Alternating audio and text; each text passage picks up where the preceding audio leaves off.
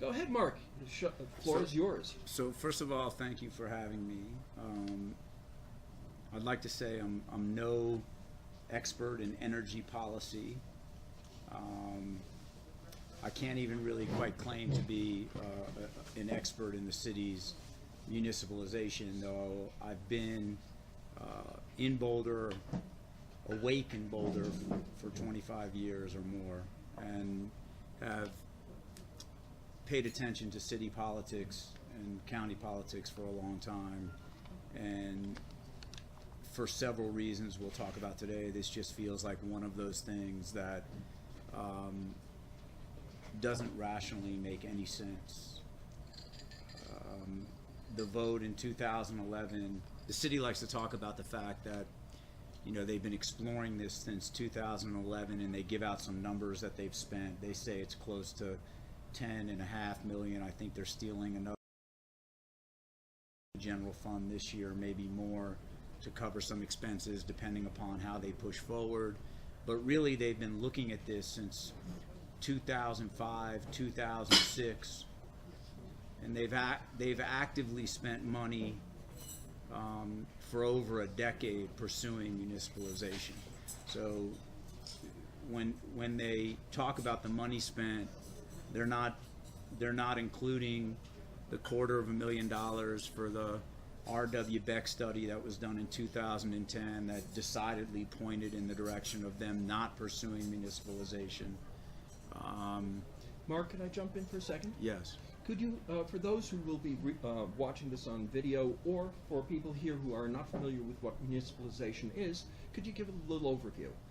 Yeah, so municipalization is quite frankly the city taking over the utility, the city running the utility, similar to the city has a water utility, the city runs the water utility, meaning they run the maintenance of the water line, the water mains, the wastewater system, the water treatment system, and they bill, they manage all administration.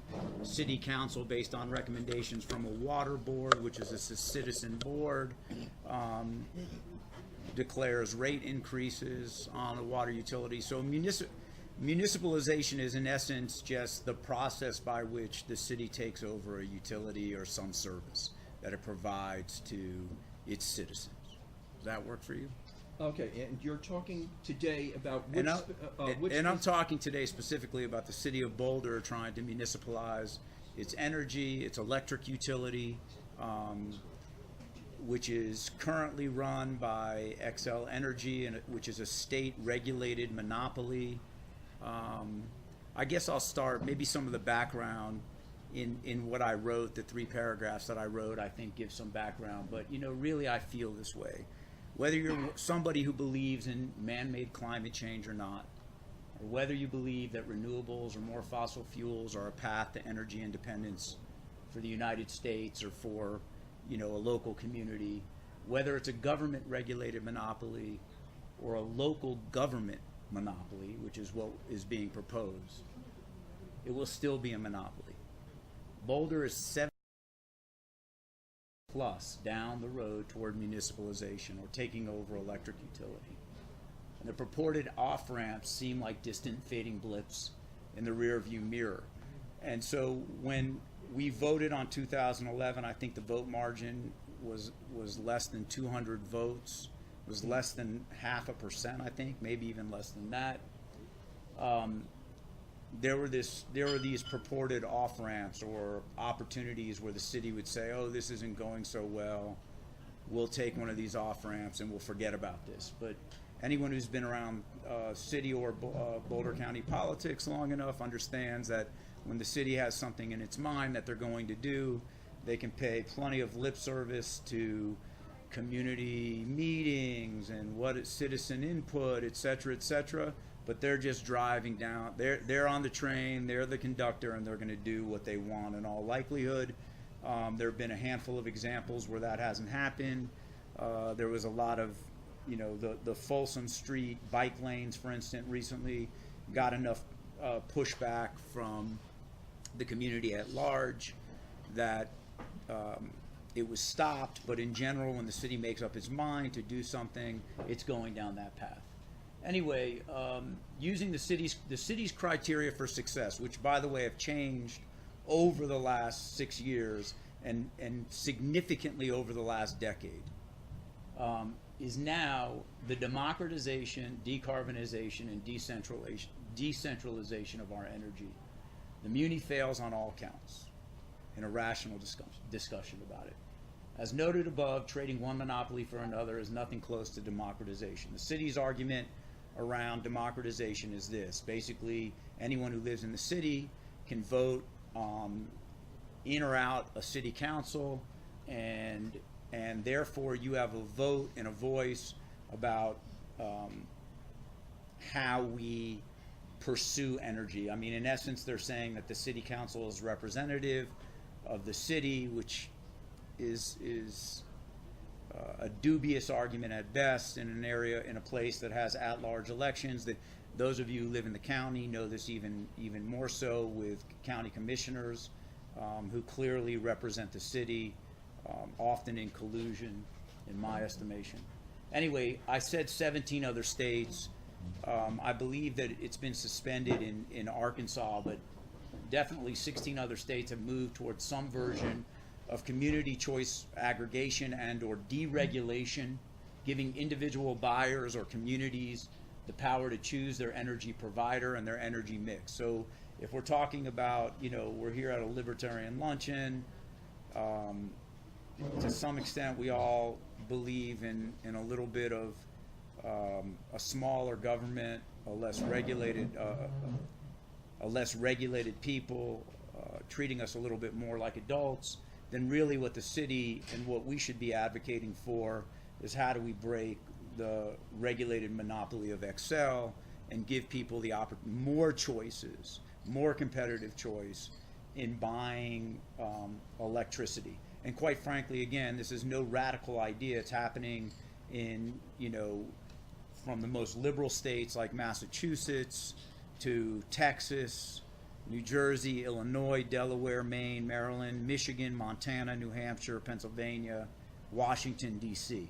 Some choice of empowering regions and citizens to be able to buy the electricity from the provider they want, in essence. Providers come into a community and have to offer an array of options, and people get a chance to choose with their wallets and with their personal value system, which I think is wholly in line with at least my take on libertarian philosophy, though I don't want to get into an argument around that. So really, if we're talking about those things, we have a local strategy. Boulder has a local strategy to say the city of Boulder can do it better than the provider. And again, their criteria is decarbonization, decentralization, and democratization. Again, whether you believe in decarbonization as a worthy goal,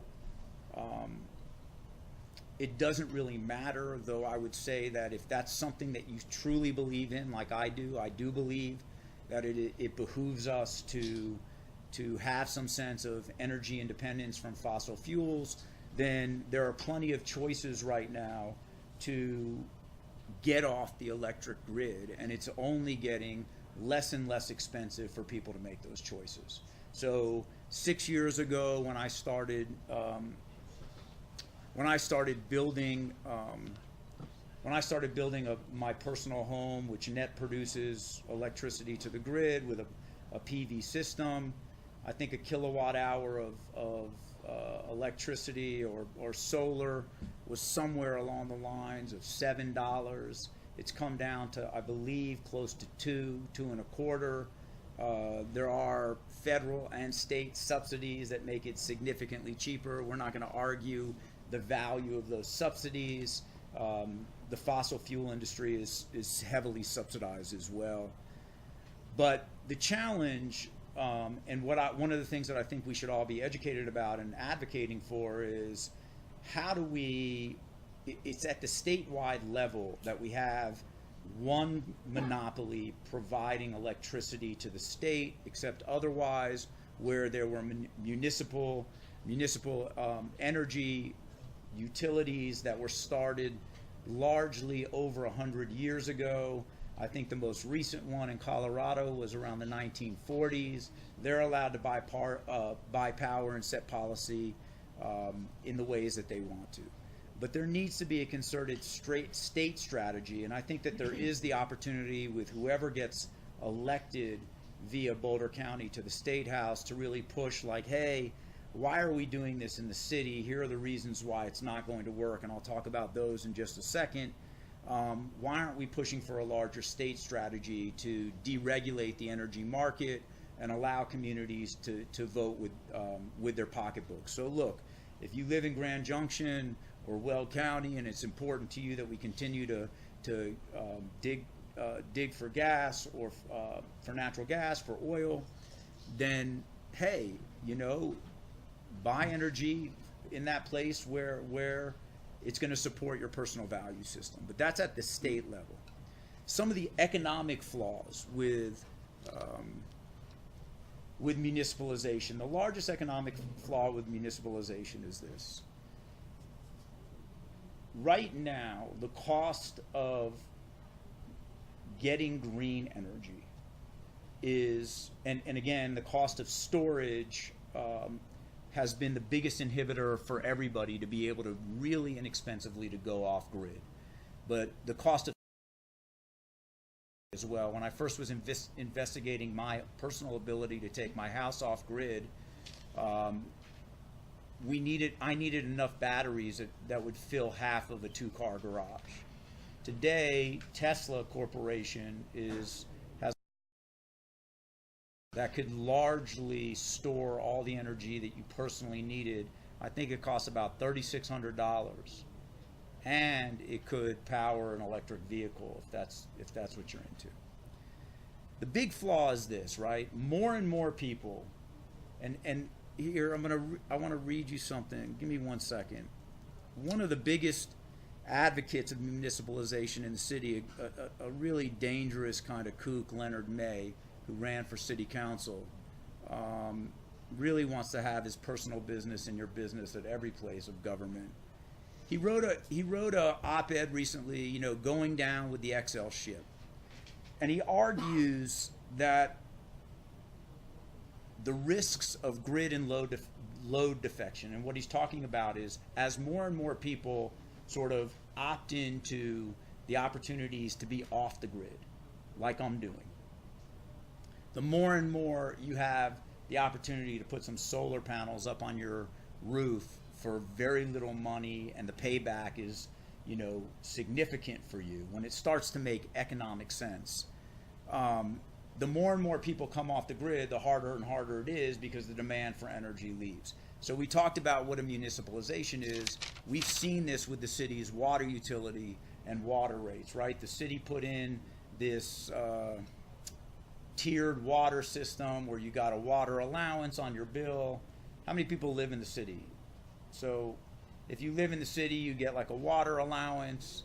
If you exceed that, then you pay an additional tax, in essence, an additional fee, because you're going above your allowance. But the city put that in on demand side management, hoping that you would use less water.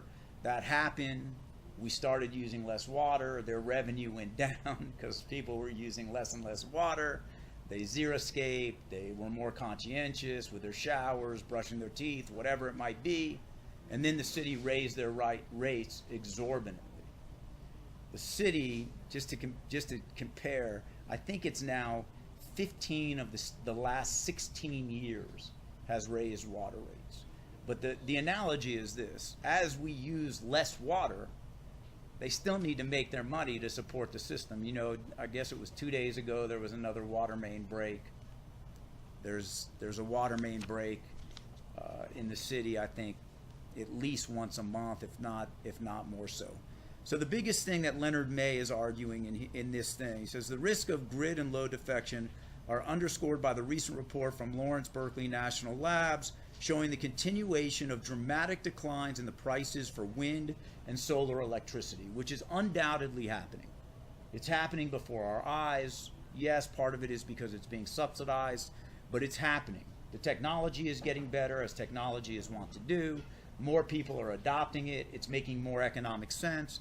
I'm a big believer that things, when start to make economic sense, it drives action, right? Like, the bottom line is this: if it's going to put extra money in my pocket and allow me to go out to dinner or take my family to a movie, I'm going to make a choice.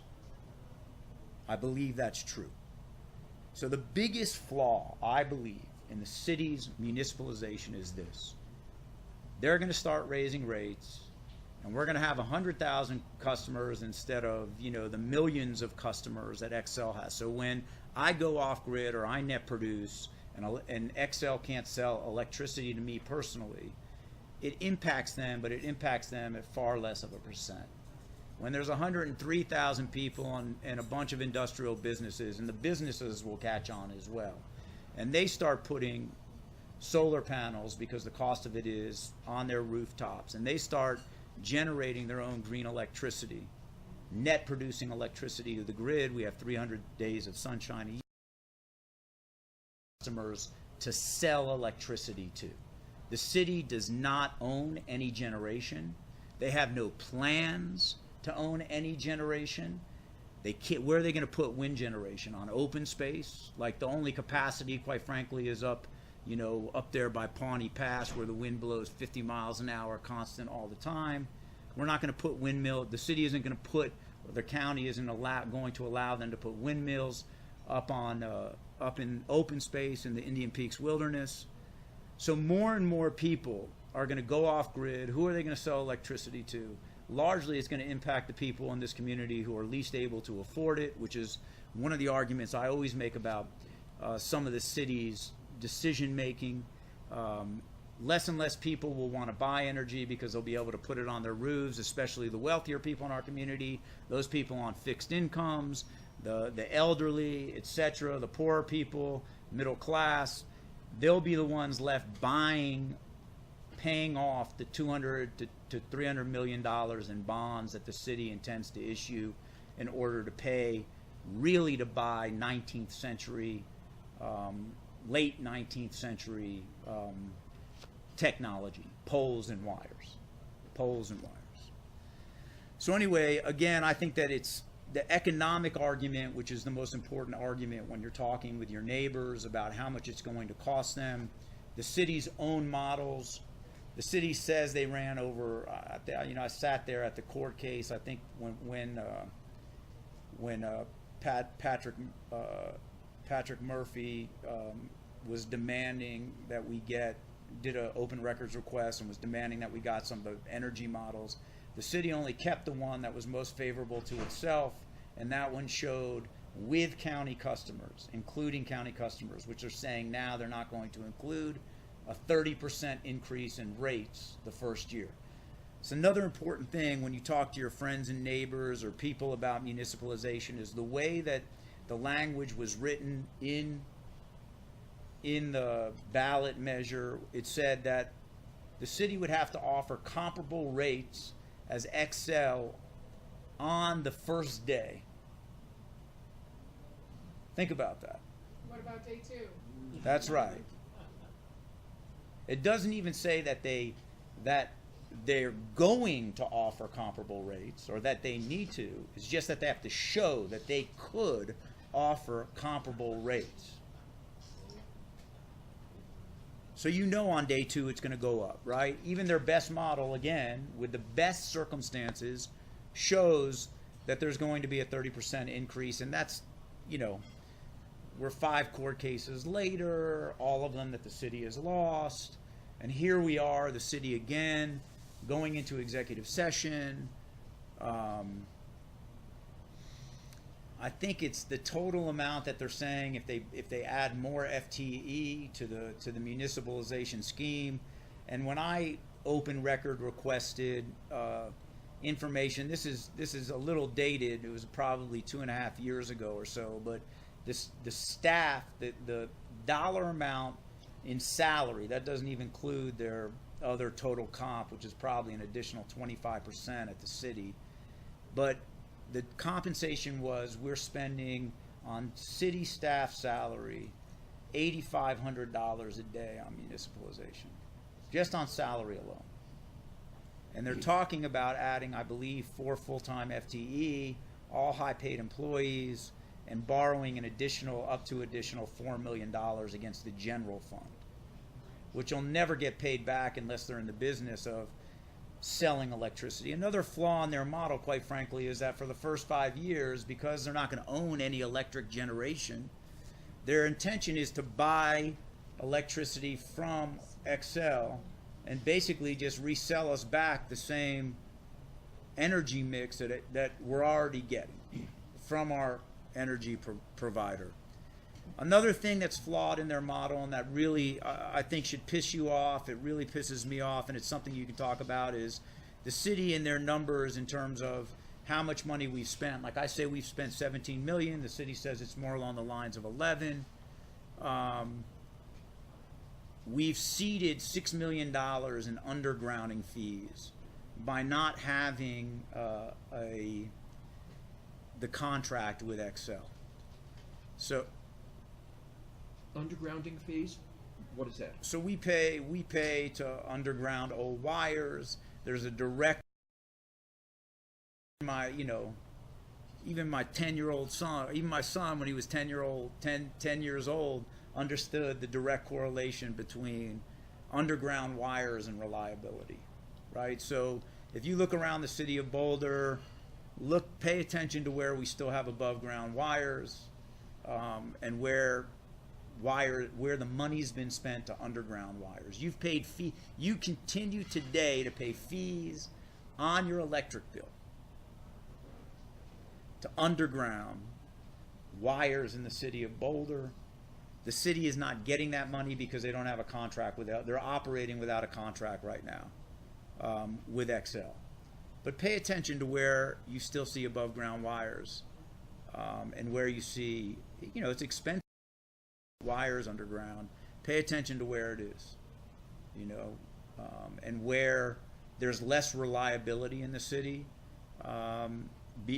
Largely, it's because of wires above the ground. Anyway, there are a lot of other reasons I can talk about why, and if you have specific questions about why I see this as being sort of a failing effort. But the last thing I talked about over there, and this goes to sort of, democratization again and personal choice, which I think is very important to me. I hope it's important to this group.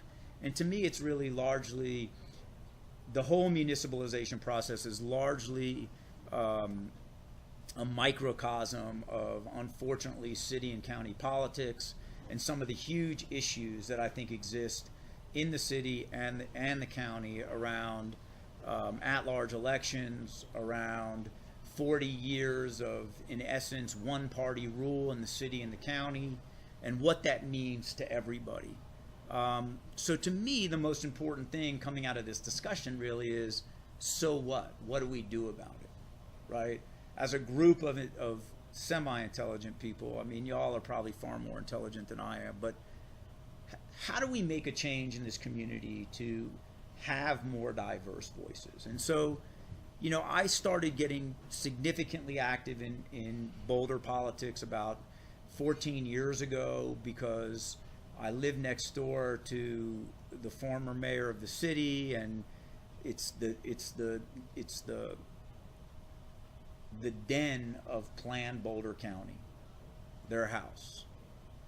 And if you don't know the history of Planned Boulder County, you should take some time and educate yourselves, because it's largely, in my estimation, a small cabal of connected Boulderites who have done an amazing job of controlling city and county decision makers. In fact, Deb Gardner and Elise Jones in the county right now, running for county commissioner, are both being funded by largely that organization and their ties. So how do we make a change? One, you have to be as vocal a minority as Planned Boulder is. Planned Boulder claims it has 300 members. For 300 members, right? That's 100,000 people. What is that? That's not even 3%. It's a third of a percent. Thank you. 1/3% of our community who has a majority on city council for the last 35 plus years, has a majority on every important independent board in the city and the county. Open space, zoning adjustment, planning, etc.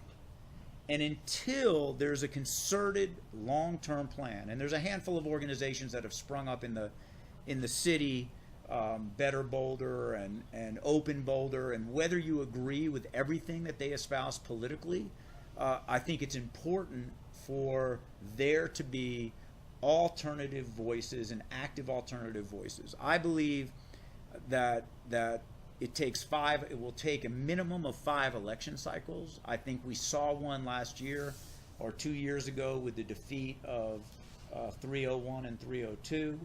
I think that we have to, as a community, take pages out of the Plan Boulder playbook, meaning that it can't just be about giving money, right? It has to be about who's going to show up at local elections and drop literature off. Who's going to have a 10-year consistent message? Because that's what they've done exceedingly well and exceptionally well. I mean, I can remember when I came here as a 24-year-old. I'm a naive kid, largely. I get a little leaflet on my door and it says, vote the environment, vote Plan Boulder. And I'm like, oh yeah, I care about the environment. I'm going to vote for these candidates, right? Like, that's all I knew, and then also that at the time really correlated with what the Daily Camera was recommending. And so that's what I did, and that's what we see. And I feel like the most important takeaway from all of this is really, what are the action steps at this point? $17 million down the road. The annual city budget, I think this past year, is $300 million. It's going to cost the city at least $250 million to buy wires and poles to resell you electricity. So what's that math? Like 70%, 72% of the annual budget. We're going to go in debt, 72% of the annual city budget, to buy outdated technology, basically. Technology that we likely will not need as a community 40 years from now. And that will be paying off for 75% of that time. Again, most important thing I think we can do today is everybody here has to commit to talking to 5 people, to writing a letter to the editor. Whether you care about the Daily Camera or not, at least it's nice. It's been semi-refreshing to have Dave Krieger challenge a handful of things. You need to show up, as painful as it is to show up at city council meetings. You need to really leave the room and educate 5 people. You need to write something. You need to say something.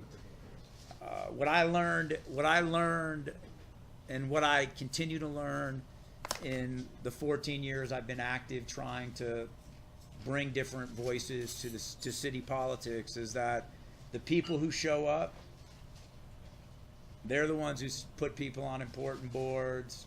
They're the ones who are making decisions for you, and local politics are personal. There's no other way about it, because it impacts you where it counts the most.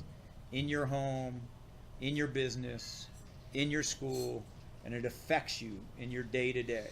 And so I would also argue that if you're going to convince somebody to get engaged politically, make sure that they're aware of the local issues and that they pay attention there. Anyway, I'll open it up. I hope that, I know it's a little bit across the board and maybe not as focused, but those were the 3 points that were really important to me. We'll do Scott. You know what? Kate first. Kate, then Scott. And thank you. Kate, Scott, Heidi, and Bill. I also just want to say again, I thank you guys for having me here. I am not, I don't put myself out there as any kind of thought leader, or, again, I'm not an energy expert, but I care about the community that I live in, and I believe that, again, this is sort of a linchpin issue that's indicative of larger structural issues in the city and county that we could all sort of work to take apart or change. Okay, 1 second. Turn the mic on and talk into the mic. Could you hand this to Kate, please?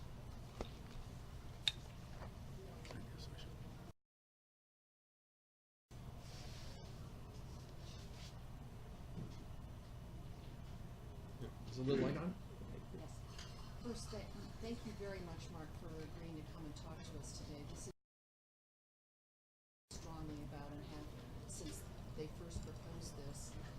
What I'd like to ask you are for some suggestions for how to talk to people who don't care about money and passionately want to reduce our carbon footprint. What other could we advocate be taken? And please turn off the mic, and Mark, you have the floor.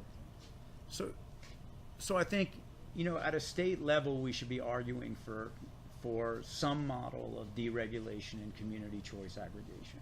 People should have the opportunity to, I tell people all the time, I'm not a huge fan of XL Energy. I mean, XL is the largest wind producer in the country, but at the same time, any monopoly, even a regulated monopoly, getting some sort of guaranteed rate of return on investment, I mean, that's not really doing anything for me.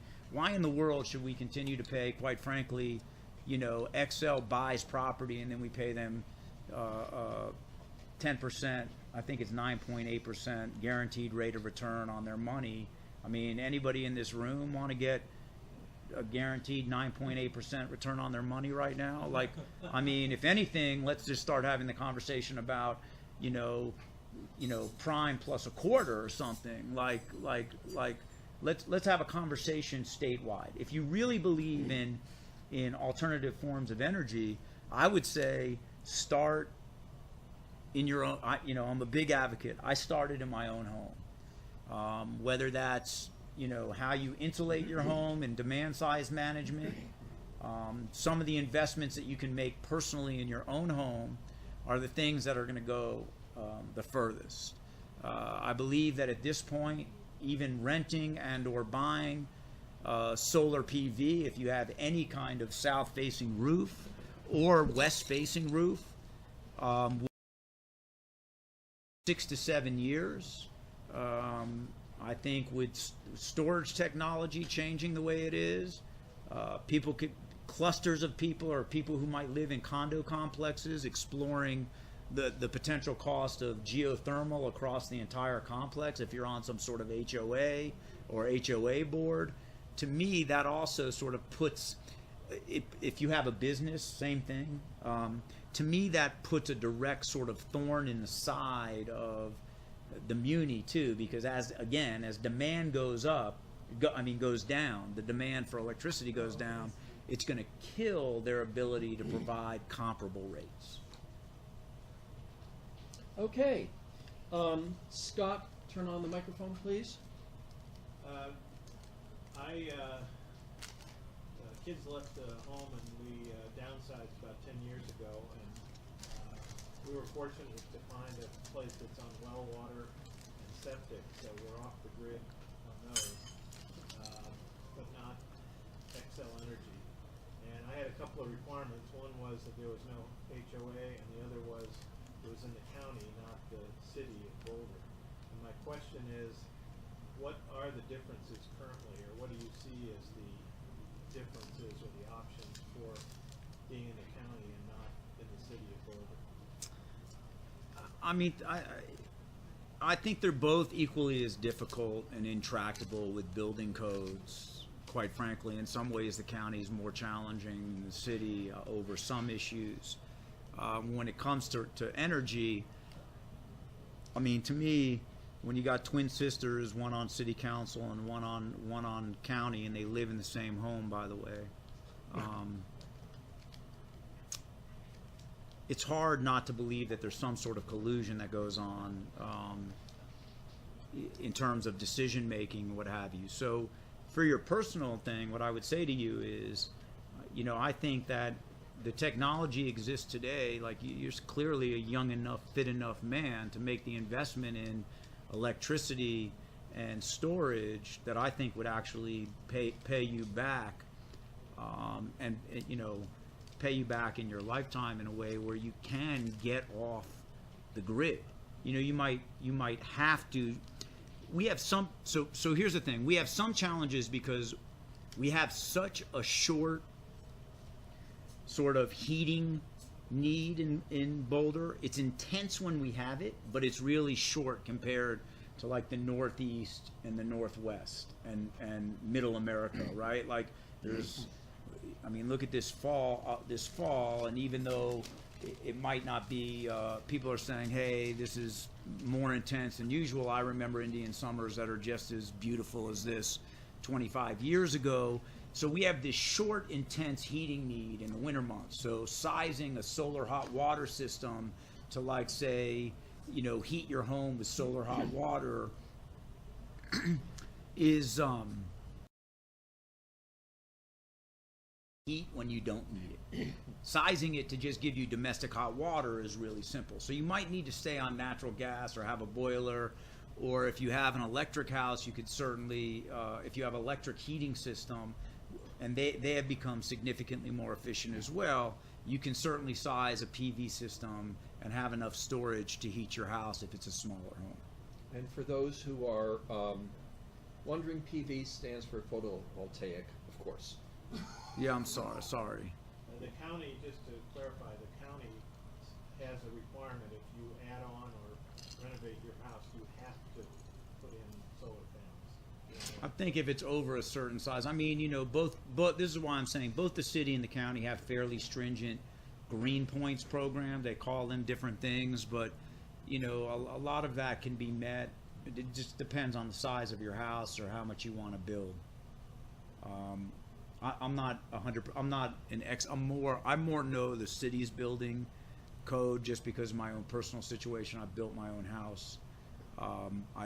But I know that the county does have the code. But what I'm saying to you is, I really believe that we've come to the place where, you know, it made financial sense to me because I took advantage of federal in 2009.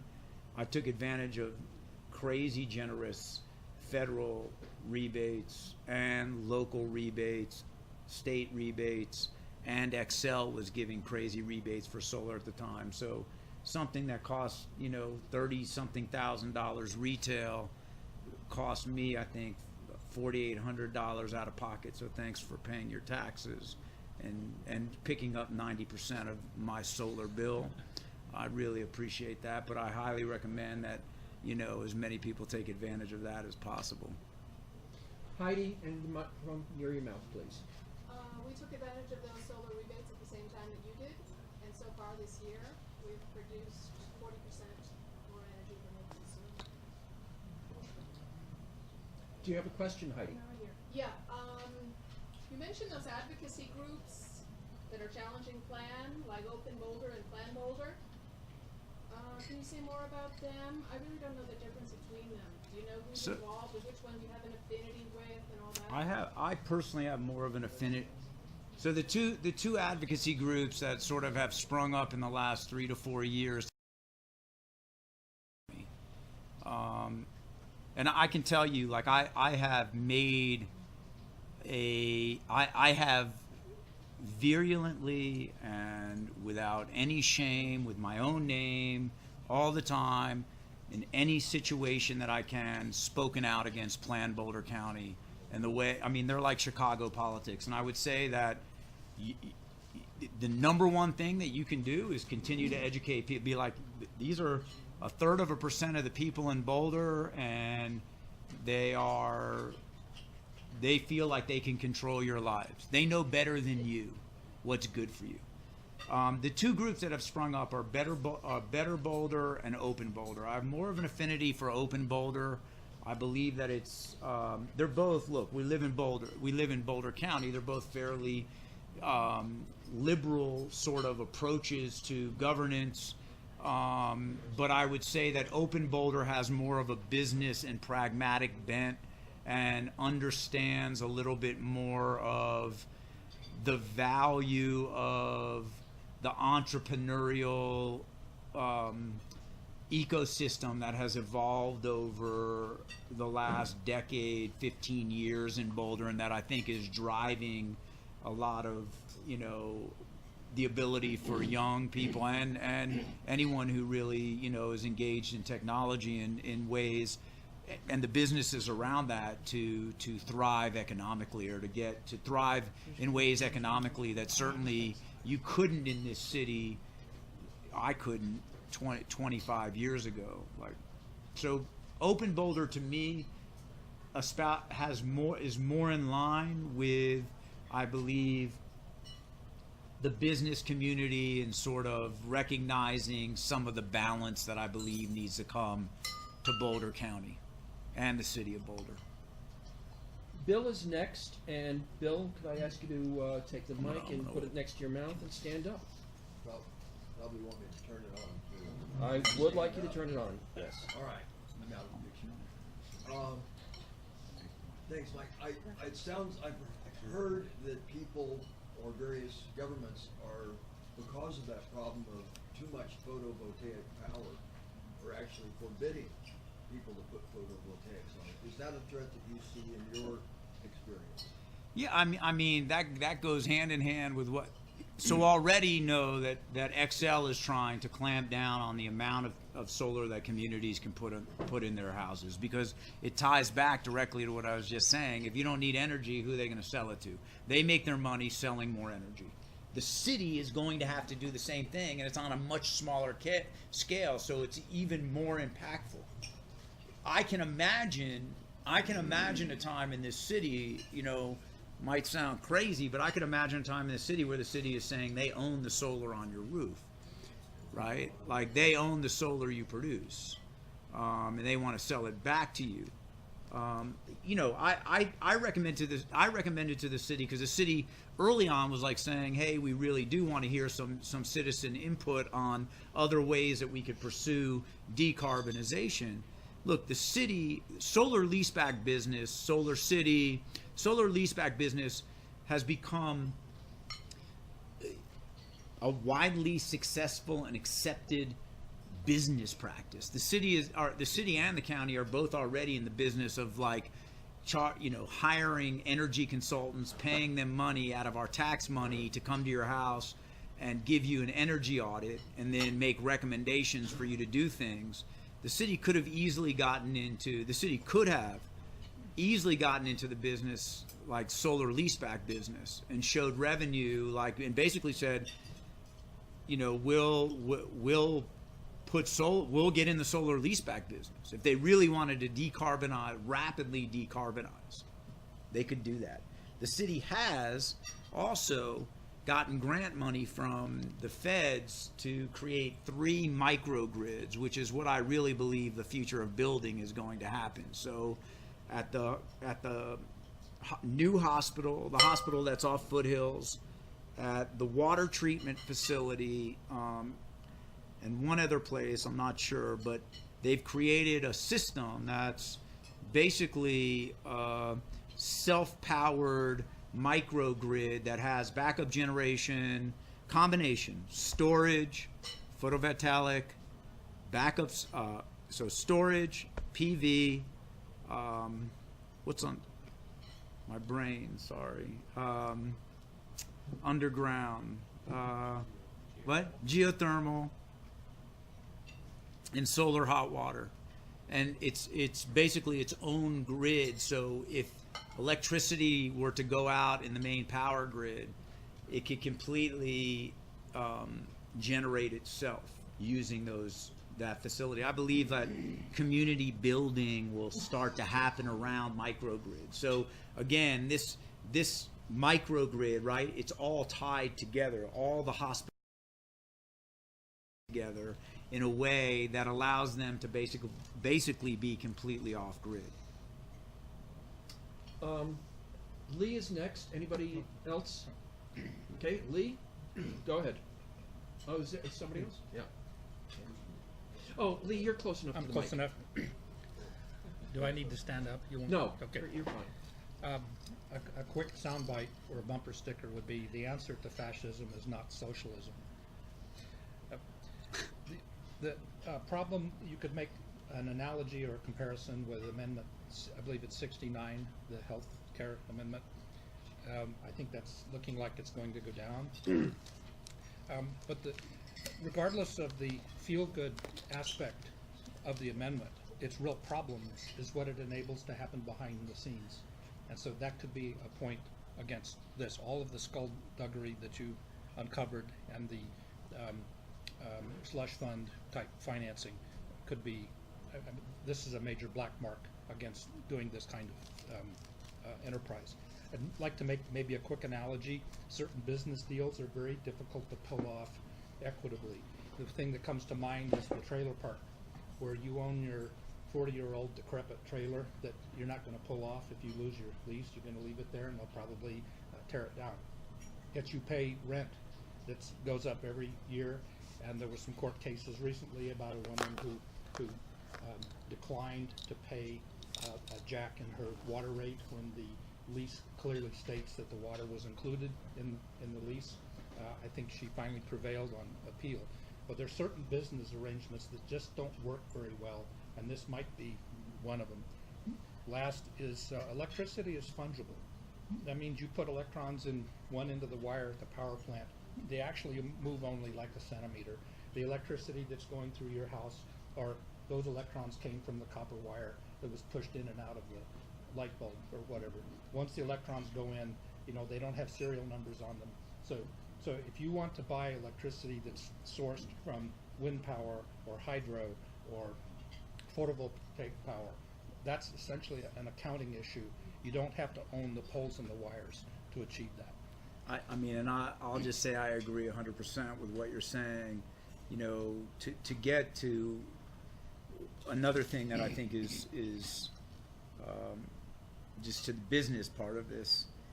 Before he left office, Macon Coles, who at the time was passing compatible development rules and living in a 5,000 square foot house with a heated swimming pool, but telling other people they shouldn't live in, with only his wife, by the way, that he's an environmentalist and people shouldn't live in big homes or build big homes, or if they want big homes, they should go somewhere else.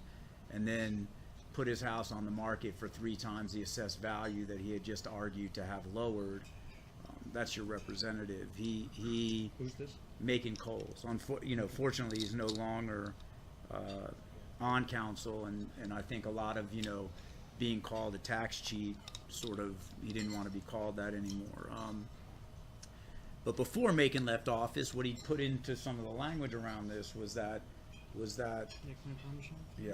Okay, good. Was that instead of having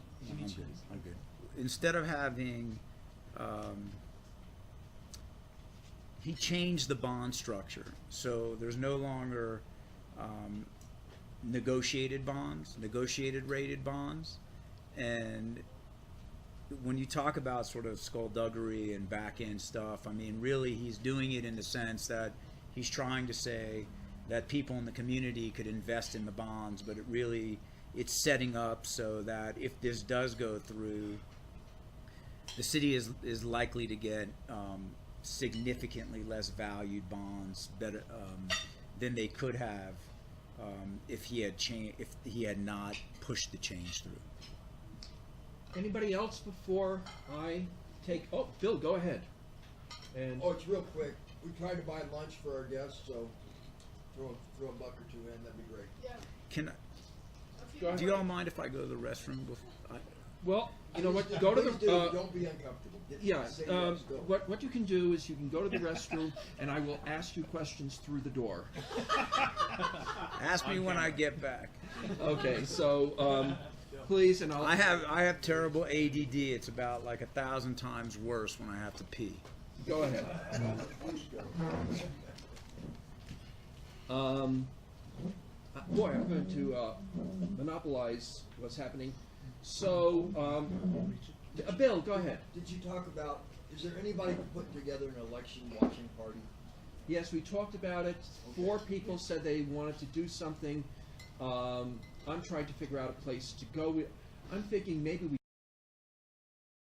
because everybody knows where here is, and we just watched the election on one of our laptops because we do get good Wi-Fi back there. Well, And you're the guy pushing for this. Push. Sounds great. That sounds great. I was thinking it'd be nice to be able to have some like-minded people that we could watch the election with. So, Okay. While Mark is out, is Mr. Corelli okay with that? I don't know. I will ask. Okay, and that's one of the things on my to-do list. You know, he's pretty.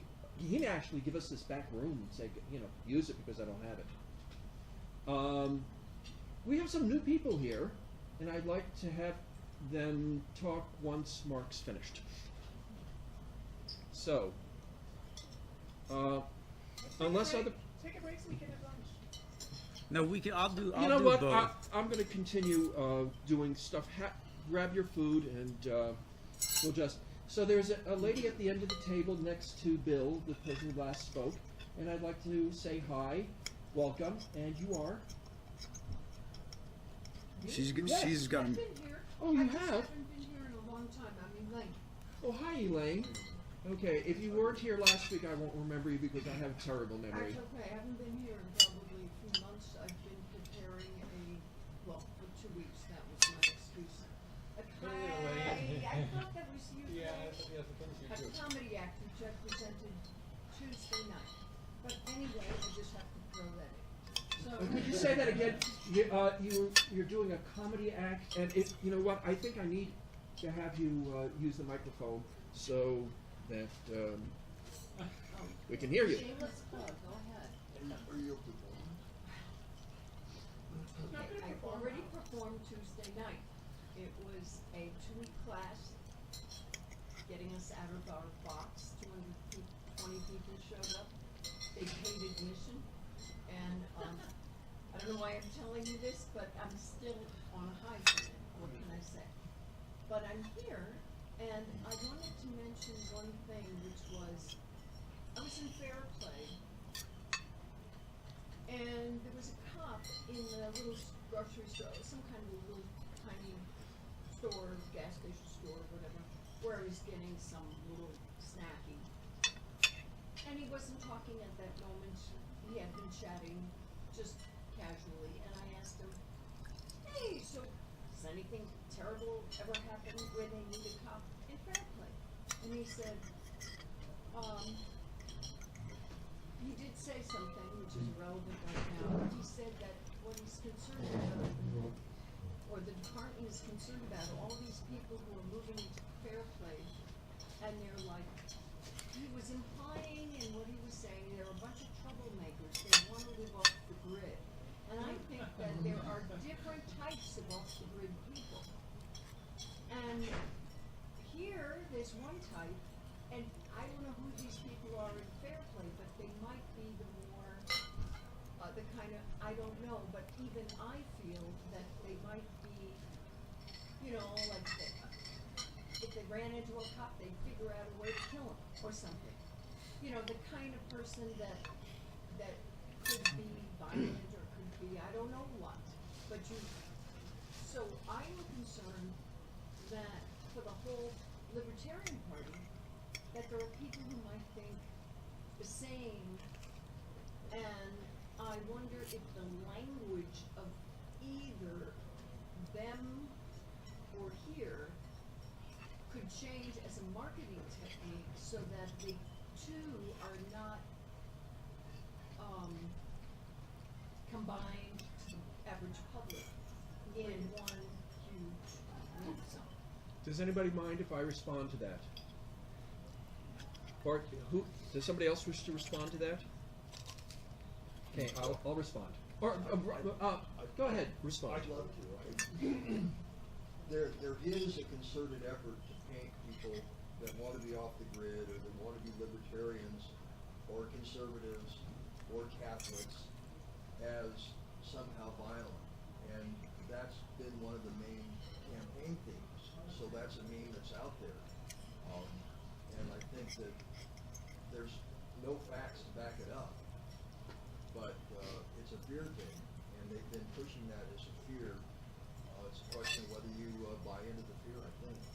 So I'm not exactly sure how to respond to that. I don't necessarily want to be separated from those dare play off-gridders, and I don't think they're that much different than the mark off-gridder. The fear that gets pushed onto them is coming from the people that don't like independent people. I mean, I think you hit on the most important One piece of it. second, I need to turn on the mic. Go ahead. I mean, I think you hit on one of the most important things for me, which is a sense of having and wanting to have a sense of independence, and challenges the status quo, unfortunately. And I think that I don't know what the marketing answer is, because I think that that's a good question that you're asking, but it's similar to me, like, you know, you guys might not be on the same side of this, I don't know, but it's similar to me, like the city's resistance right now to having, you know, co-ops in a family neighborhood. It's like adults who choose to live cooperatively. I'd rather live next to a group of people who choose to live, quote unquote, cooperatively, and they're making that a conscious choice in their lives, than to live next to a big empty house that with some couple that's very rarely there because it's their second home, and I don't even know who they are really, because they come, you know, to Boulder every 2 months and they just hang out, and while they're there, they're complaining about the fact that they don't like how I live. So for me, again, I don't know what the marketing aspect is, but our country was built on a sense of a spirit of independence. And I believe that, you know, whether someone's approaching that from like a more sense of being socially left and saying, I want to be left alone because the government shouldn't be making these choices for me because I might be different than you, or whether you're approaching that from, you know, I have fear of the government because they have too much power and I want to have personal independence. I think there's value in that in either way, because I think there comes a certain sense of mutual respect in that. Elaine? I was just I need you to turn on the mic if you're going to speak. I was just trying to address the marketing aspect of the whole thing. I mean, to me, that's why it's... Because a whole big, huge discussion like you gave is impossible. That's all. I think it goes to one thing. I think left, right, middle, whatever, energy independence. I want to have PVs because I want to be energy independent. I want to create a sense of safety for our community.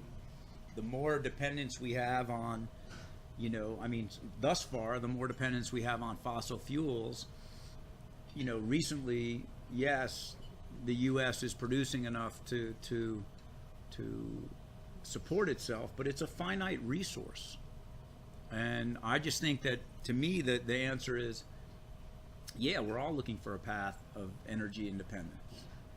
There's some ways that we can have it now really, really economically. You don't have to be, it's mainstream. Lee? I think there's a similarity to a kind of news incident that I read 2 or 3 years ago. It was either after a hurricane or some other disaster that FEMA was involved in. And there was this operative from FEMA who was criticizing people who stored their own water, had gensets, and had food in the basement, because they would not be coming out to make service demands of what FEMA offered. And when it was pointed out to her that these people, you should encourage this because that means there's less people making demands on the system, she responded with an illogical answer that was something along the lines, psychologically, that either these people just aren't connected with the community enough, or they are the rugged individuals, and we all know what's wrong with that. They're not She did not even make the point that, well, maybe they're hoarding these resources, which is what usually is the criticism. Hers was a sociological response. And so I think it's a kind of a mindset. There's a psychology that people who are independent just are not part of the fold. And there's a, call it a personality type that can't stand other people who have that. And I wonder, actually, in fair play, if we're not real, if he, because we don't know, and we're just speculating. Like I wouldn't be surprised if he was talking about, some of the more of the left side of it than the right side, more. And who knows? I don't really think it matters. It doesn't really matter, but I really think that that's why I look at things like from both sides of the spectrum. I'm always fascinated, quite frankly, when the farthest right and the farthest left people seem to come together. I still sort of laugh and smile, like when there was all kinds of discussion on the Senate floor about the banking meltdown, and there was Bernie Sanders and Jim DeMint from South Carolina basically arguing against bailing out the banks. The most conservative Republican and the most left social person arguing, on the ends. And so to me, why I go back to, the marketing piece is on both sides of the equation is the notion of energy independence, of producing energy. There's nothing wrong with that. It doesn't have to necessarily be about off the grid. I think Google Maps, or one of the city put up something that I think comes off of Google, but it shows like solar potentiality. There's a map that's public that you can look at that shows the solar potential. And I believe that the city, just because of how much sunshine we have, I think there's like 120% or 135% of the solar needs to run the entire city just on rooftop solar. If the city were really interested in decarbonizing the energy and decentralizing, decentralizing is, I'm going to make it easier for a neighborhood to be on its own backup grid, or this housing complex to have its own microgrid. Lee, and then me. The notion of a grid, which in its day was probably the most economic way to deliver certain kinds of services. We think of the electric grid as being that. The water grid is a grid. Sewer treatment, it's also a grid. The roads are a grid. Let me take roads just really quickly. With the internet, people can work at home, can telecommute. Why do you need such good roads? Why do the roads have to carry such a high amount of traffic? Generally, roads aren't, except for the construction people who build them, roads aren't usually perceived as a money-making thing. They're a drag, they're a burden, they're a cost. It's difficult to figure out or to assess who should pay for them. But is anybody going to complain if traffic reduces? Is anybody going to complain that, the roads don't have to be maintained as often, or they don't have to have as high a capacity as they do? No one is complaining about that. Why is this not parallel or analogous to the electric grid? If less people need to use electricity that was made in one place and shipped across perhaps thousands of miles to another place, that takes a type of grid, takes a transmission facility. If you are generating it locally or much closer, then the function of the grid is different. It changes. Why are people, I mean, we know why, but why would consumers think of this as a bad thing? If you are able to treat your sewage water, the black water and the gray water, which if you have a mountain cabin, or there are certain communities that do a great deal of effort to retreat the water so you can drink it again, your actual net need for potable water that comes outside of the facility diminishes. Is anybody complaining that the water treatment pipes would see less use, and you might not need so many, so that when one of them does break and it's replaced, maybe you could replace it with a smaller one, and so the revenue to that company is less? Who's complaining about that? So I would say that the electric grid is the same kind, in the same kind of business obsolescence problem that any business faces, which is when the demand goes away, you better change or understand how the market has changed, or you will perish. I mean, and that's why, that's already happening, right? The company, the more progressive, the more aware energy companies are investing in wind and solar because they see the writing on the wall. Really, the cost at this point, the cost of pulling, gas out of the country with the out of the ground with the relative international cost of a barrel of gasoline has stopped making sense. And so the smart energy companies, the ones that aren't taking a crazy hit right now, are the ones that are making investments in the future. We all have to. That's why, hey, Excel's lucky to have that 9.8% guaranteed rate of return. I wish I could have that on my money right now. I think that's a max. Okay. That is. It's guaranteed? That's the guaranteed rate. Yes. Mark, I'm going to ask you to do something a little crazy, which is, can I ask you to just to clap once so I can get a sound sync? Thank you. Louder? Actually, one more. Yeah, one. Thank you. Me, then Kevin, and then me.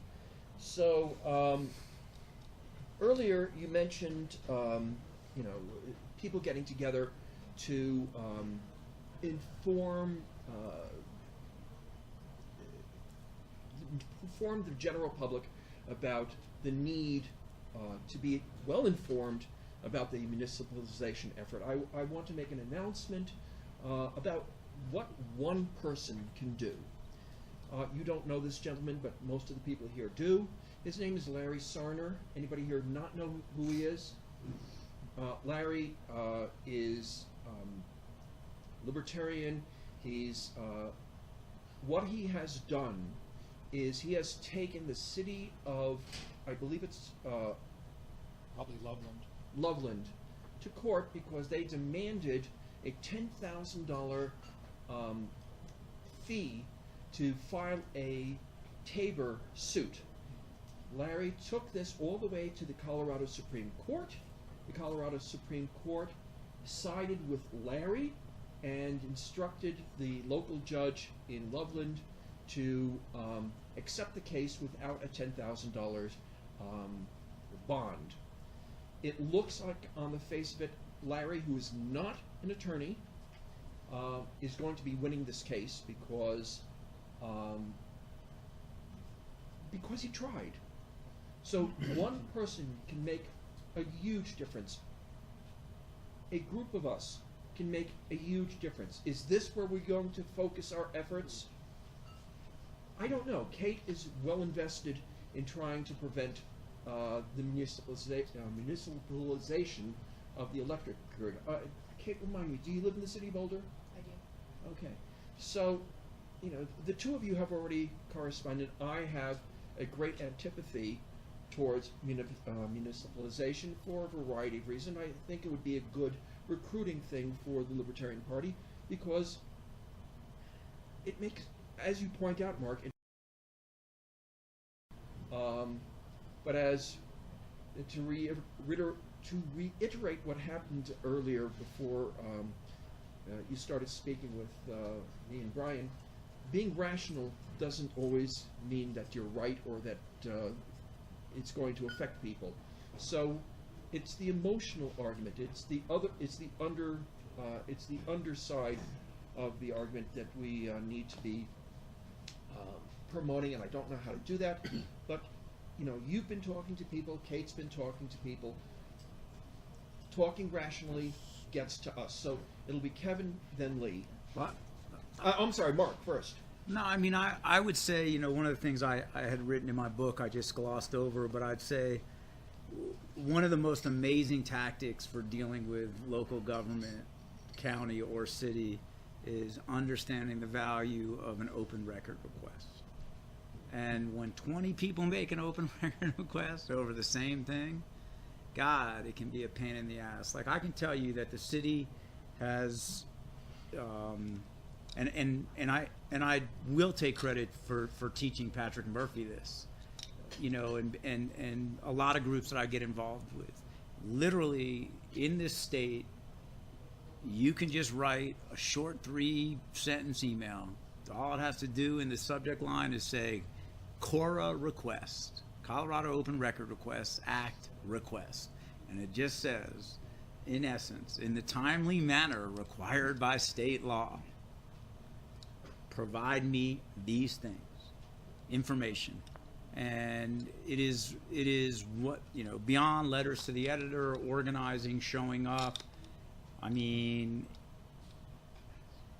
right now, Patrick's been asking for, the city has, you know, city's going to be in a $250 million business that they're startup basically, and they have not released any financial modeling. Zero. How can that be? They're asking all of us to invest in a $250 million to start a business, a tenuous business, a business where tons of the companies who have been acting in that business for 50, 60, 70, 100 years are folding. And those are companies that own generation. They own generation plants. They own the means to create energy that they're selling. If 10 people left this room today and wrote an open record request to the city of Colorado, there are more than 10 of us. If you all at the same time wrote, Colorado open request, please provide for me in the timely manner required by state law any and all financial models the city has to move forward with municipalization. If you are not, you know, you could send it to Heather Bailey. Bailey H, I think that's there at bouldercolorado.gov. I'll do it too. I mean, I've hounded the city with open record requests, and they leave me alone, basically. They give me the information I want. I'm going to jump in for a second before Lee and before Kevin. What is the practical difference between you sending an open records request and 20 of us sending a joint open records request? I think it's 20 individuals, because it basically, it's saying there are 20 people who are concerned about this, right? The beauty of like what Plan Boulder has done, you know, again, I live next to the beehive of it, but at a local election, they have 80 to 200 people at my neighbor's house folding literature and volunteering to walk literature around. Every election cycle. If you can't immediately perceive the value in that, then you're never going to advance your ideas. If you can't get another 8 times what you have in this room to meet up and say I'm going to volunteer a couple hours of my day to advance some shared belief, no one in the community is going to pay attention, period. So the value, instead of just one I'm not saying 20 people send it in with 20 names. I'm sending each individual. You could take 10 minutes today and you could say, I want an open record request for this. Then Heather Bailey's like, holy shit, what's going on? 20 people are asking me for this. And then if you can convince 4 other people to do it. Why is it such a pain in the rear? Because then they have to produce it. They have to write an email. It's time. Okay, it's the Lee, squeaky then, wheel. Do you want Kevin first? No, Kevin's doing what Mark was doing earlier. So it's Lee, then Kate. Being an animal. I haven't read the books that Murray Rothbard wrote on populism and how to motivate a public. He understood the emotional dimension and knew how to work it. Another contemporary writer would be Michael Cloud. Okay. I'm sorry, Lee. Are you done? Yes. Okay. Ken. This might be irrelevant, but I was thinking I need you to about- speak up, way up, Where's or take the where's- mic. I was thinking about what someone mentioned about the reducing the carbon footprint, and it seems, I mean, Boulder has a lot of rentals, obviously, student population. So, I mean, there seems to be a lot of options for personal housing, as far that stuff, but how do you encourage that with the rental properties? I'm wondering if that's part of their motivation to take control of that. So. I mean, look, the city in the last, 6 years, whether you know it or not, passed smart regs. Smart regs was all I believe rental properties, and all rental properties had to, like, by 2019 have a shit ton of energy goals that they have to meet if they want to continue to have a rental license. The city's already imposing these things. They just this past year imposed the same thing on all businesses. So all businesses operating in the city of Boulder have to meet certain energy goals, whether that's through improving glazing, insulation, or putting on some sort of PV or solar hot water heating, geothermal. So those things, the short answer is yes, the city's going to socially engineer these things, whether you want them or not. For a renter, I'd say the bigger issue is this: how are you, as more than 50% of the population of the city, represented anywhere on city council, city boards, county commission? You represent more than 50% of the city, and there's absolutely no representation anywhere for a renter, really. I don't think there's one city councilor who rents their property. So, I mean, and clearly that's scary to some property owners, right? Certainly scary to those of us who might be landlords, those of us who own property. It's scary to cede power, right? To give voice to people. But that's going to be imposed, and then whatever costs, of course, always gets passed down to, the person renting. It's not, the landlord's just going to incur the upfront costs. That's going to get passed on to whoever lives in that building. Kate, please turn it on. Back to the Cora subject. You said you sent in requests. Pat Murphy has, I know. And am I understanding correctly they have not responded to you? I haven't sent in this round. I just saw Pat has me on some of these requests recently, and no, Heather Bailey has not responded. I haven't seen the rationale. The city, they're very narrow rationale for why the city cannot give over public documents. One of them is work product. My gut is that they'd be claiming it as work product, but once it's made final so they just filed stuff with the PUC, so presumably it's in that packet with the PUC, or they're about to. So they might claim work product. They claim a lot of things. The city's puts up barriers, but what I'm saying is I believe that the squeaky wheel is a cliche that is absolutely true in Boulder government.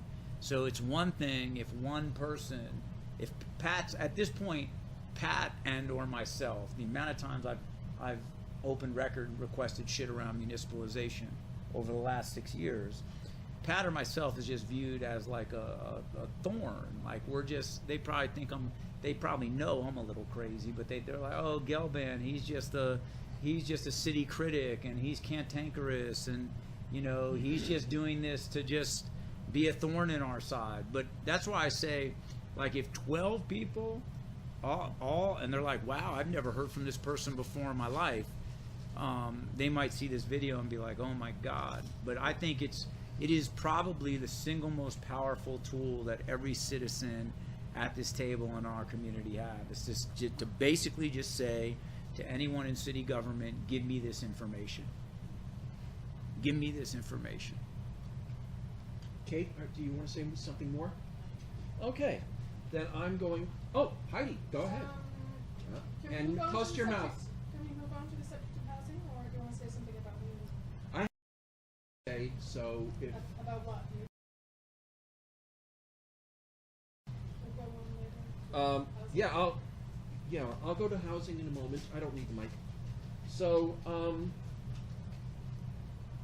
you mentioned something before about the government starting to tax or control solar panels, or say we own the solar panels. I would like to make the analogy with the government in Colorado saying, we own the rain that comes out of the sky, even if it lands on your property. So, yeah, go. Objection. Pardon? Objection. Objection, then object, please. It has to do with the very long tradition of water law in the West, not just Colorado. And it generally is, it's looked at as a scarce resource as opposed to the East, where there's plenty of rainfall and nobody fought over it. In the West, they did. And so it was, in good libertarian objectivist fashion, it was claimed as a first user claimed it. And it wasn't just the water that like fell out of the sky. It's the water that was in the creek. It was the water in the rock formation underneath. So it included, that claim included all of its source, which included the glacier, included the rainfall, the snow melt, everything. So it isn't that they came in after the fact to claim it. It's that private parties claimed it first. And if you were able to show on your property that you put to use a water resource that someone else had not been using yet, you got the water right yourself as well. These are 150 years old. Lee, it would be very interesting for us to spend a session on the laws of usufruct. That's what it's called. Of what? Usufruct, of all things. Is that a Yiddish? No, that's English. That's English, sir. And when I was running for governor, I became somewhat expert on those laws, and I think it would be a really interesting session on libertarian values as to whether these laws are libertarian or not. So let's hold that for the future. So you have a good point. I think I might have a better one, but we will find that out in the future.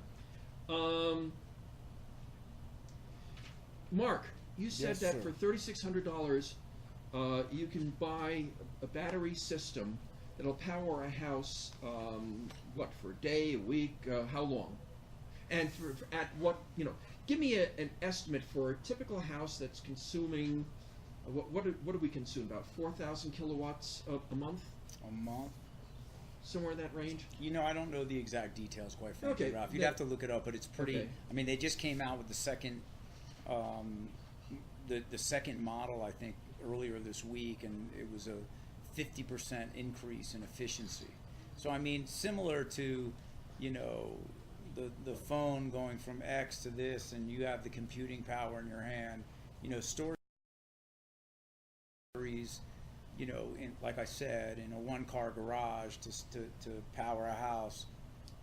In the next 10 years, in all likelihood, we'll have something the size of a laptop that will be able to store enough energy to effectively power your house for a couple days, probably, without sun. So you're making the argument, Mark, and I think you're right, that the city, if we municipalize, God, that's a hard word to say. Yeah. If we municipalize, all the city does is become a middleman for producers.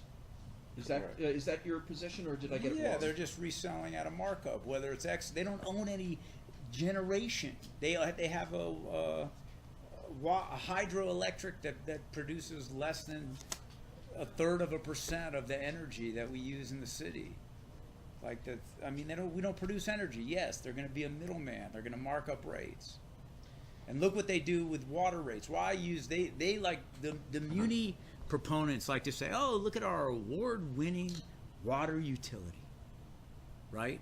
Your award-winning water utility is in essence with a resource that is in essence to the city a free resource because of senior water rates.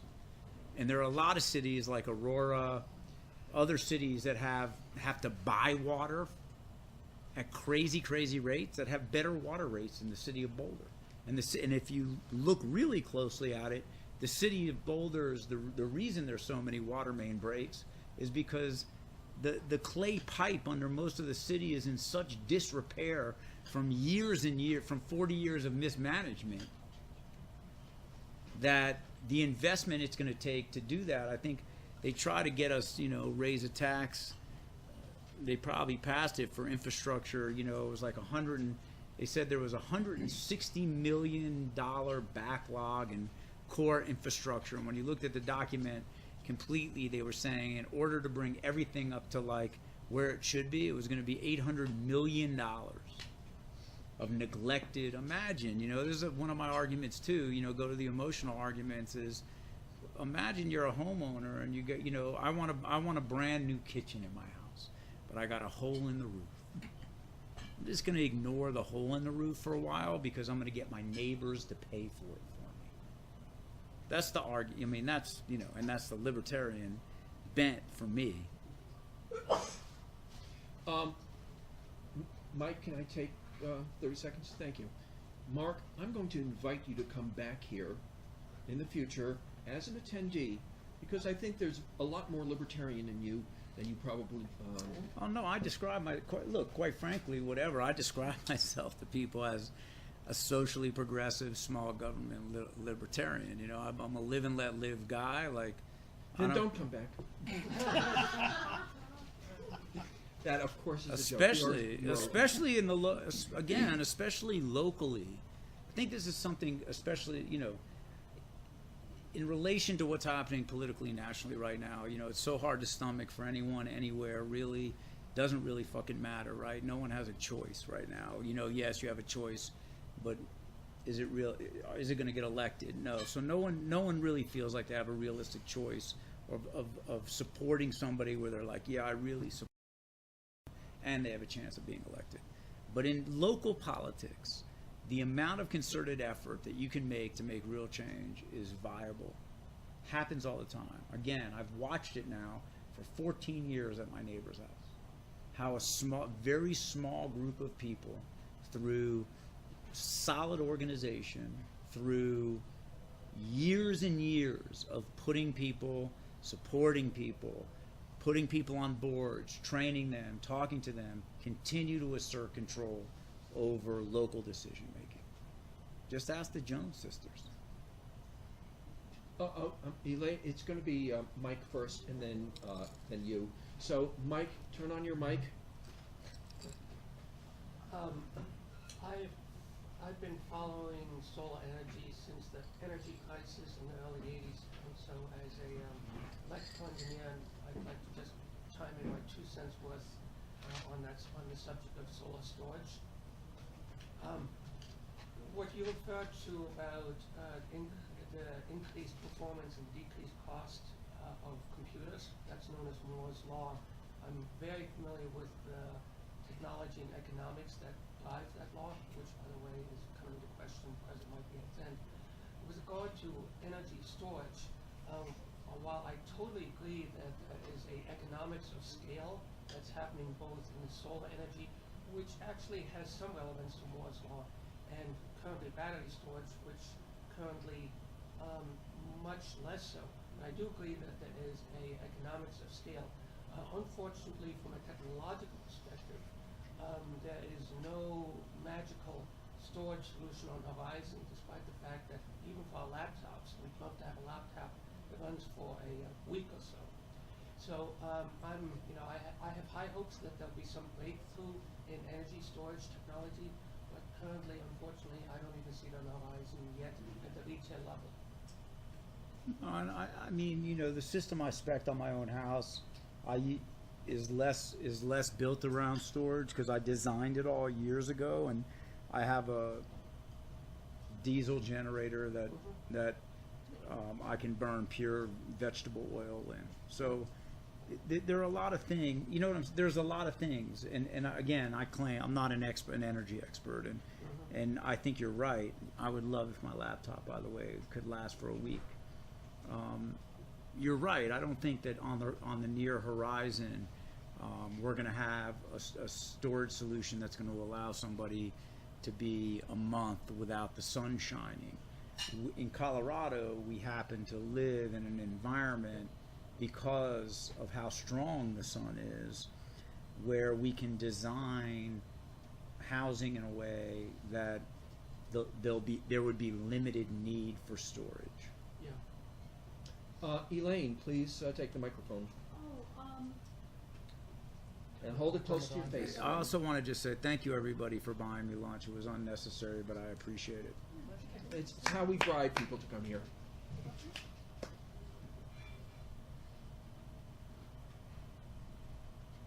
so I thought, socially progressive small government, I thought that was the definition of libertarian.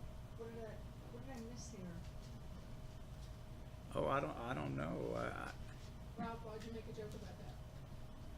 It was a joke, and apparently I the joke missed really, the joke. ri- Okay. and Well, 'cause I'm apparently the very- joke really died.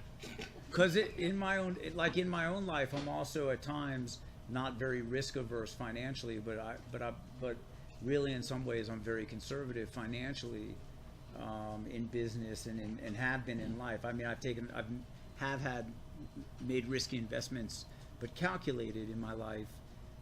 That's why I just say socially progressive, because I tail to that end of I do believe that there is some sort of I do have some sort of like human drive that the notion of the weakest person in our community is reflective of who I am as well. And so, I feel a certain sense of personal social responsibility. I'm not sure our government has to be involved in that, but I personally feel a certain sense of social responsibility to those who are less fortunate than I am. Well, isn't that libertarian too? I'm not sure. I mean, I don't think we've ever seen real libertarianism in practice in the United States, which is one of the reasons why I think it's so fearful, but one of the reasons why I keep driving back this notion of, why, to me, change and the kinds of changes that we're circling around, whether it's with the Muni, etc., are more likely to be realized on smaller levels in communities like the size of Boulder, where there's the potential to make real change locally. There is the potential for us to really have a voice locally. It just takes electing 5 counselors. I guess that's a piece of one of the reasons why I was really glad to be invited here to talk about municipalization, is because I think, again, it's just a microcosm for a lot of unfortunate challenges locally, whether that's at-large elections. That's even worse for those of you who live in the county, but it's terrible in the city as well. There are things that we could really push forward and make convincing arguments for locally that I think would be easier to have happen than, I think things, again, it goes back to my whole thing about like things start at home. How do I practice it at home? Then we practice it as a community or a neighborhood. Before I jump in, is there anybody else who wishes to speak to Mark? Heidi. Oh, yeah, and hold that microphone close to your mouth. And I unfortunately am going to have to leave after this question. I've got a 2 o'clock appointment. I just told him I'd be 10 minutes late, but. Okay. First a comment.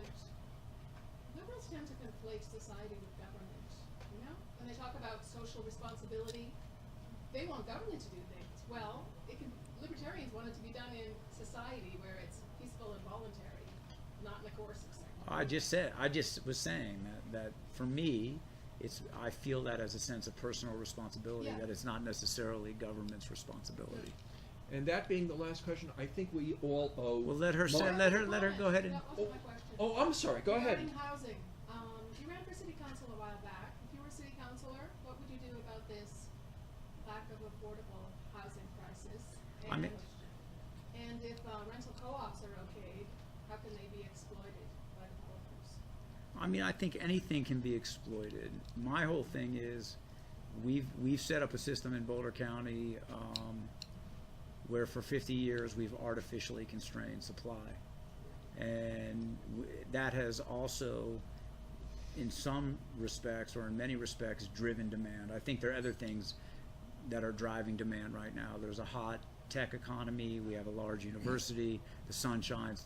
Things that politicians couldn't fuck up. There's 300 days of sunshine a year, proximity to the mountains, and a beautiful place to live. There are things that 40 years of planned Boulder, I think I wrote a column about housing and this in the paper, I don't know, 6 weeks ago. There are things that were done that I think are wonderful. You know, I'm glad we have open space. I'm glad that we have a height limit. But I think that when land is the most precious resource, and that's what's driving the amount of cost, I think we have to really be thoughtful about how our zoning and land use rules need to evolve to address that. Like, people make this claim about neighborhood compatibility and quality of life, and they have this tendency to not see themselves in that picture. I'll give you an example. I sat at the comp plan meetings with this woman who said, "What's the worst thing about Boulder?" She said, the parking lot at my favorite trailhead is always crowded, and the traffic getting there is terrible." I said, "How do you get there?" And she said, "Well, I drive from East County to Chautauqua." I said, "Well, you're not part of the problem. You're in your car, you're traffic, you're parking your car, you're a car in the parking lot." Like, we all sort of like, yeah, would I like it if my neighborhood never changed, like just until I get my house perfect the way I want it, then nothing else change around me? Of course, but that's not life, liberty, and the pursuit of happiness. So we've been denying, I think, a generation of people. There was a time when LR1 was not 7,000 square feet. I believe that we should be incentivizing the kind of results we want to see. So, for instance, what would I do about housing? In all LR1 properties, if someone knocks down a house, then there'd be penalties paid if you didn't build 4 houses on that lot. Is it going to help? Probably. I think we need to the city passed in 1972 a 55-foot height limiter, but our zoning and land use artificially constrains that even further to 35 and 38 feet. Why isn't it 55 feet by right? And then perhaps, does everybody supposed to have a right to a view of the Flatirons? Loosening all zoning and land use regulation to encourage the housing, to encourage more housing.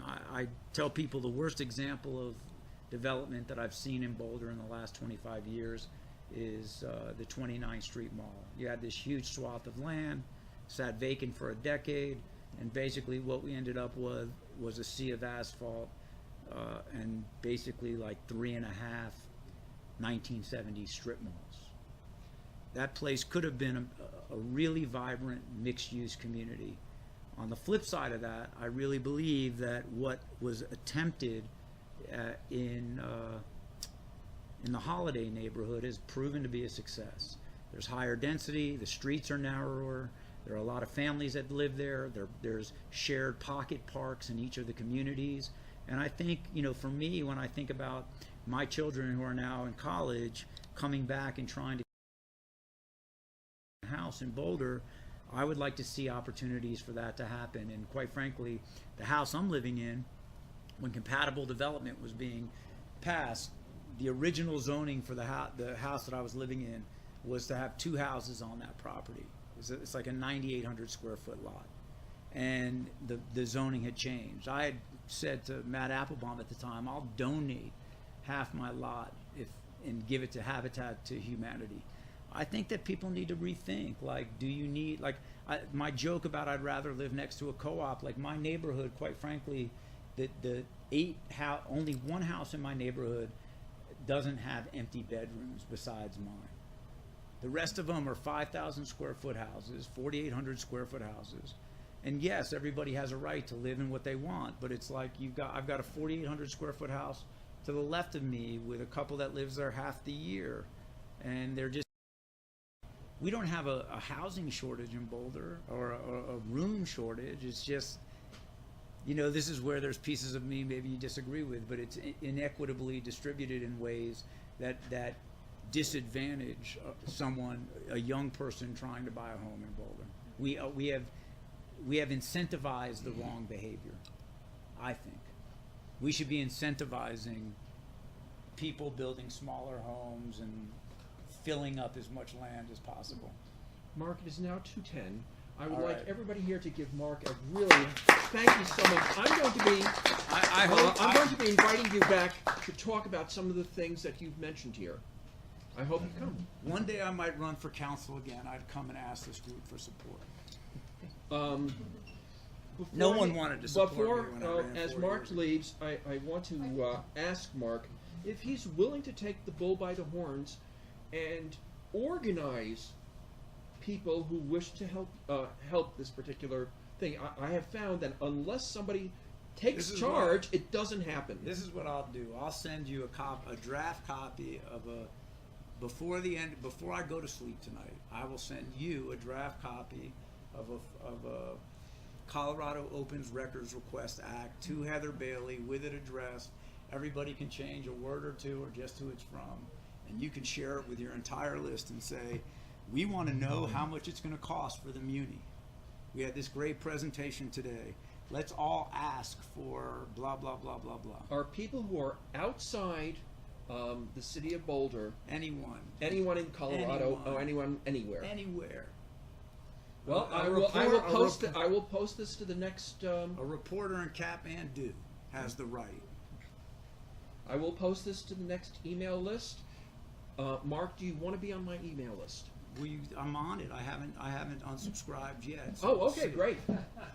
Okay, so thank you so much again, Mark. I appreciate everyone again. Thank you for buying my lunch, and I'm just a lay person who cares about the community I live in. So, thank you.